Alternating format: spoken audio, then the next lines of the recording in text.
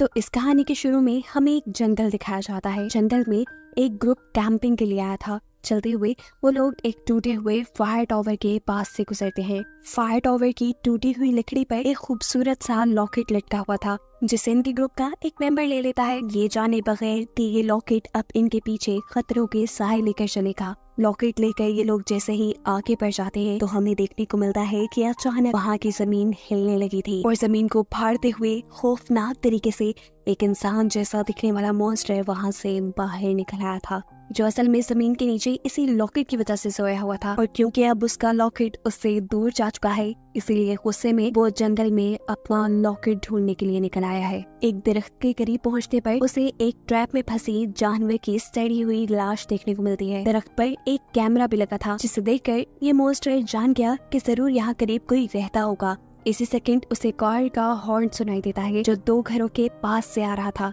इस जगह पर 2 आदमी आपस में बहस कर रहे थे, जिनमें से एक फॉरेस्ट ऑफिसर था और दूसरा यहाँ रहने वाला आदमी। फॉरेस्ट ऑफिसर दूसरे आदमी पर भड़क रहा था कि जंगल में कम ट्रैप लगाया करो, तुम्हारे चक्कर में अगर कोई टूरिस्ट यहाँ फंस गया ना तो मसला बन जाएगा। इसी दौरान वो मॉन्स्टर नुमा इंसान कॉन्टिन्यूसली उनकी तरफ बढ़ता रहा, जिससे अनजान ये लोग बहस करते रहे। जिसके बाद फॉरेस्ट ऑफिसर वहाँ से चला गया और दूसरा आदमी अपनी घर से गन लेते हुए वो भी घर से बाहर निकल आया। उसके जाने के बाद मॉन्स्टर उसके घर में आ गया। घर में एंटर होते ही उसकी नजर एक लॉकेट पर पड़ जाती है। साथ ही उसे मिरर में किसी की परछाई भी दिखाई दी। ये परछाई असल में उसका इल्यूजन था। उसे अपने डैड की याद आ रही थी तब जब उन्होंने उसे उसकी मॉम का लॉकेट दिया था, ये कहते हुए कि कभी इसे अपने से दूर मत करना। रीजन हम समझ चुके हैं कि ये लॉकेट उस मॉन्स्टर के लिए इतना जरूरी क्यों है और क्यों वो इसी की वजह से सोया हुआ था। अब जब ये लॉकेट उससे दूर हो गया है तो ये बात तो कंफर्म है कि वो उसे ढूंढ कर रहेगा। इससे पहले कि वो यहाँ पर रखा हुआ अपना लॉकेट उठाता, पीछे से घर का ओनर वहाँ आ जाता है और मॉन्स्टर पर नजर पड़ते ही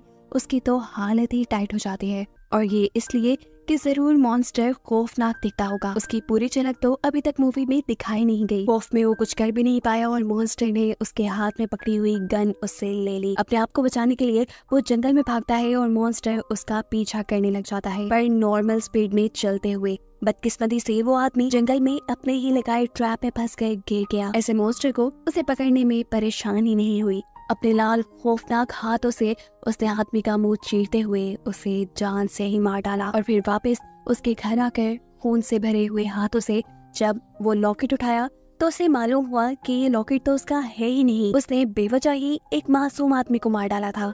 अब अपने लॉकेट को ढूंढने के लिए ये मॉन्स्टर दोबारा जंगल में निकल आया, जहाँ से गुजरते हुए हम जंगल में उस आदमी की लाश को भी देख पाते हैं, जिसके जिस्म के कई टुकड़े करके मॉन्स्टर ने जगह जगह फेंक दिए थे। अब चलते हुए वो जंगल से बाहर निकला तो उसे रोड साइड पे उन्हें फ्रेंड्स का ग्रुप नजर आ गया, जिसे हमने मूवी के शुरू में भी देखा है। ये लोग आपस में ही मजे कर रहे थे, इस चीज से अनजान कि कोई उनके ऊपर नजर रखे हुए है। मॉन्स्टर भी इन सब के ऊपर फौरन हमला करने के बजाय झाड़ियों में छुपकर इन्हें देखता रहता है, क्योंकि ये लोग उसी के बारे में बातें कर रहे थे। असल में इस मॉन्स्टर का नाम है जॉन। जॉन की कहानी सभी लोकल लोग जानते थे, लेकिन उसके बारे में लोग बात करने से डरते थे। लेकिन इनके ग्रुप के एक लड़के एरन को ये सारी बातें उसके अंकल ने बताई थी। आज से 70 साल पहले जॉन पैदा हुआ था, लेकिन उसकी दिमागी हालत कुछ ठीक नहीं थी।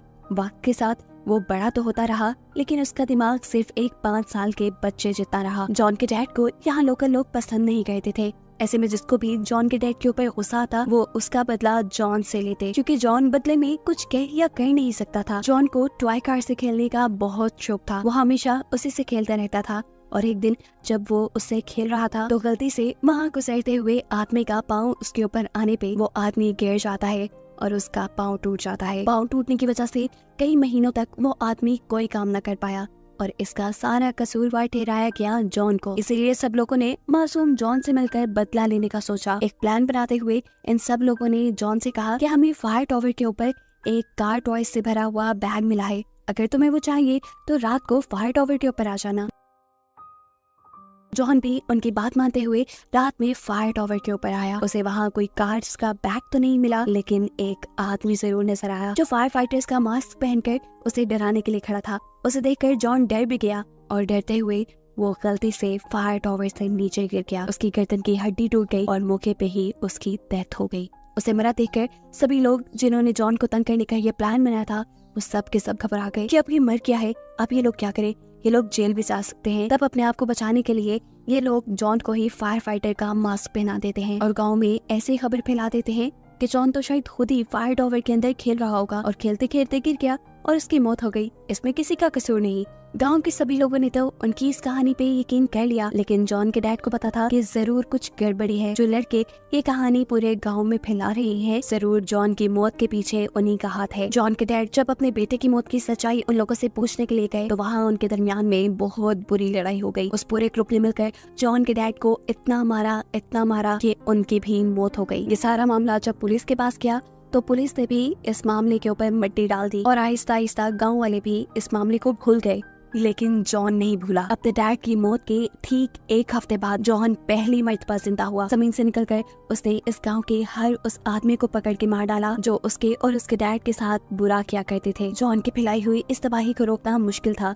ऐसे में किसी को जॉन की दुखती रग पता चली, जो कि था उसकी मॉम का लॉकेट, जो उसे देकर जॉन को दोबारा जमीन के नीचे सुला दिया गया। लेकिन फिर काफी सालों बाद उस लॉकेट के दूर होने पे जॉन दोबारा जिंदा हुआ।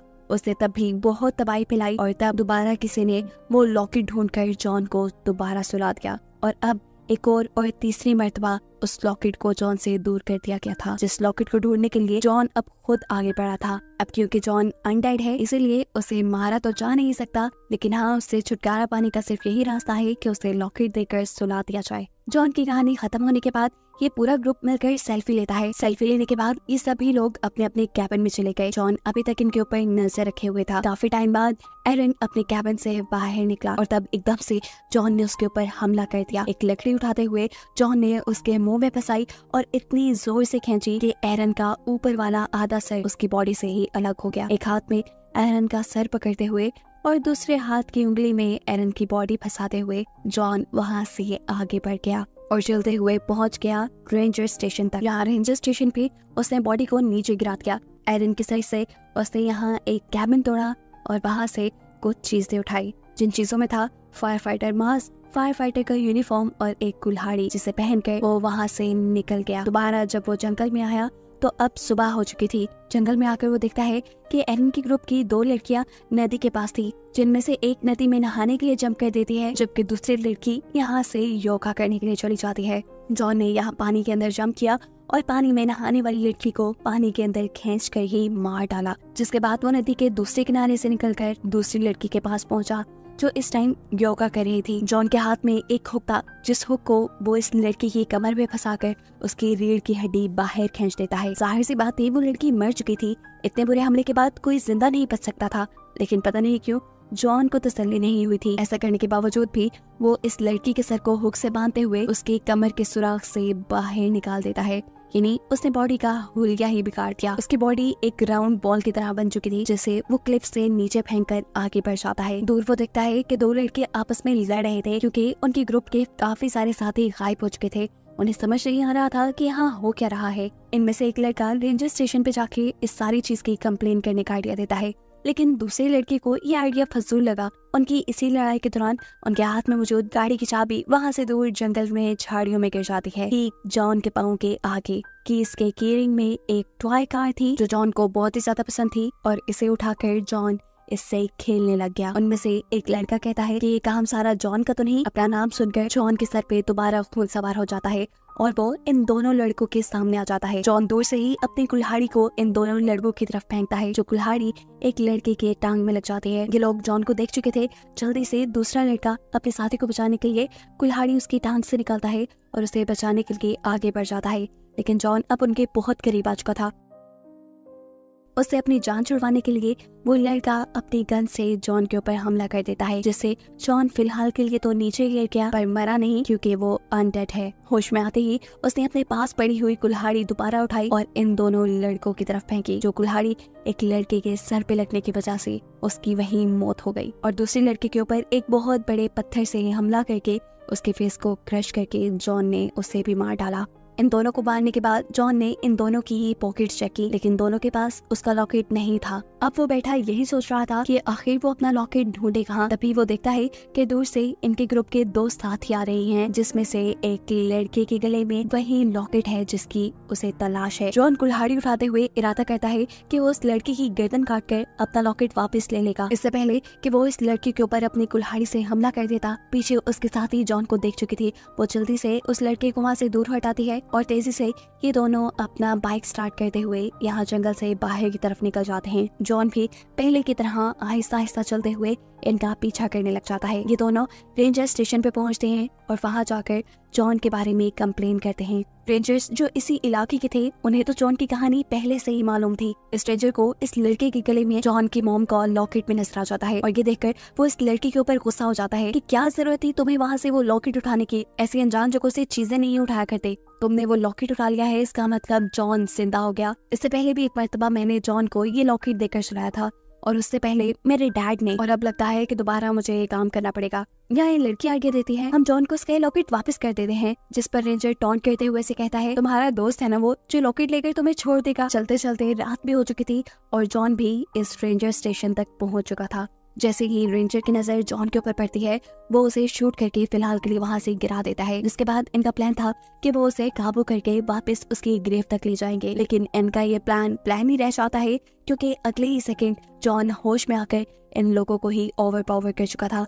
वो इन्हीं के ऊपर हमला कर चुका था। रेंजर की जेब से बंदूक निकालते हुए वो यहाँ रेंजर के ऊपर ही हमला कर देता है। अपनी जान बचाने के लिए यहाँ मौजूद वो लड़का और लड़की यहाँ से भाग जाते हैं, लेकिन इस टाइम उनके पीछे जॉन नहीं भागता। उससे पहले रेंजर से अपना हिसाब किताब पूरा करना था। वो अपने हुक को रेंजर की स्पाइन में डालते हुए सबसे पहले उसकी स्पाइन बाहर निकाल देता है और फिर उसे उठा के ले जाता है उसके रूम में। एक मशीन के जरिए उसने पहले रेंजर का हाथ काटा, जिस हाथ से उसने पहले जॉन को सुलाया था, और उसके बाद उसका सर काट के उसे पूरी तरह मार डाला। रेंजर को मारने के बाद अब उसने पीछा करना शुरू किया था अपने असल टारगेट का। वो जैसे ही जंगल में पहुंचा तो हमें पता चला कि इन दोनों ने जॉन को फंसाने के लिए कोई प्लान पहले से ही बनाया हुआ था। जॉन को अपनी तरफ अट्रैक्ट करने के लिए ट्रैप के तौर पे वो लड़का जॉन के सामने आ जाता है, लेकिन इनके कुछ भी करने से पहले जॉन उसके ऊपर कुल्हाड़ी से हमला कर देता है। ऐसे वो लड़का नीचे गिर जाता है और जॉन को मौका मिल जाता है उसे बुरी तरह मारने का। जॉन अपने हर विक्टिम को ही ऐसे आराम से ही मारा करता था। वो अब बार बार इस लड़के के ऊपर अपनी कुल्हाड़ी चला रहा था, जैसे वो इसके हजारों टुकड़े कर देगा। ये देखकर वो लड़की बुरी तरह डर गई। उसके हाथ में जॉन का लॉकेट था जो उसने यहाँ एक कैन पे रखा और वो यहाँ से भाग गई। वो बहुत तेजी से भाग रही थी, जल्द से जल्द यहाँ से निकलना चाह रही थी, लेकिन न जाने क्यों ये जगह उसके लिए भूल भुलैया बन गई थी। वो जितनी भी मर्तबा भागती थी, जहाँ भी जाती थी, तो बार बार उसके सामने जॉन ही आता था जो कुल्हाड़ी से उसके दोस्त को मारता जा रहा था। बहुत सोचने के बाद, बहुत हिम्मत करने के बाद इस लड़की ने अपने माइंड के ऊपर काबू पाया और एक नया रास्ता ढूंढते हुए वो वहाँ पे भाग गई और फाइनली ऐसे वो एक सड़क तक पे पहुँच गई। इस लड़के की किस्मत अच्छी थी कि जल्द ही यहाँ से एक लड़की गुजरती है जो उसे लिफ्ट देती है। इस लड़की को घबरा देखकर वो उससे पूछती है क्या हुआ, जिस पर वो जवाब देती है कुछ नहीं, बस एक बहुत ही खौफनाक जानवर देख लिया मैंने। तभी ड्राइवर लड़की से कहती है हाँ मैं समझ सकती हूँ, जंगल में लोग ऐसे खौफजदा हो जाते हैं। एक मर्तबा मेरे भी भाई ने एक बहुत ही खौफनाक भालू देख लिया था, जिस भालू ने उसके ऊपर हमला भी किया, लेकिन किस्मत से उसकी जान बच गई। उसकी बातों से ऐसा लग रहा था कि उसके भाई का भी जॉन से ही सामना हुआ होगा। खैर वो देखती है कि अब उसके साथ बैठी हुई लड़की बेहोश हो रही है। ड्राइवर की नजर जब उसके पाँव पे पड़ती है तो उसके पाँव में से बहुत ज्यादा ब्लड निकल रहा था, जिसकी बैंडेज करने के लिए ये ड्राइवर की लड़की अपनी कार रोक देती है। उसके साथ बैठी हुई लड़की उसे बार बार यही कहती रही कि प्लीज गाड़ी मत रोको, चलाती रहो, इस जंगल को पार कर लो, लेकिन उस ड्राइवर ने एक नहीं सुनी। ड्राइवर इस लड़की की पट्टी करने लग गई, जबकि ये लड़की घबराते हुए जंगल की तरफ ऐसे देख रही थी कि जैसे अभी जॉन आएगा और इन दोनों को मार देगा, लेकिन ऐसा नहीं हुआ। जंगल में हमें जॉन को दिखाया जाता है जिसे अपना लॉकेट मिल चुका है और वो ये लॉकेट लेने के बाद यहाँ से कहीं चला जाता है, जिसे दिखाते हुए ये कहानी यही खत्म हो जाती है।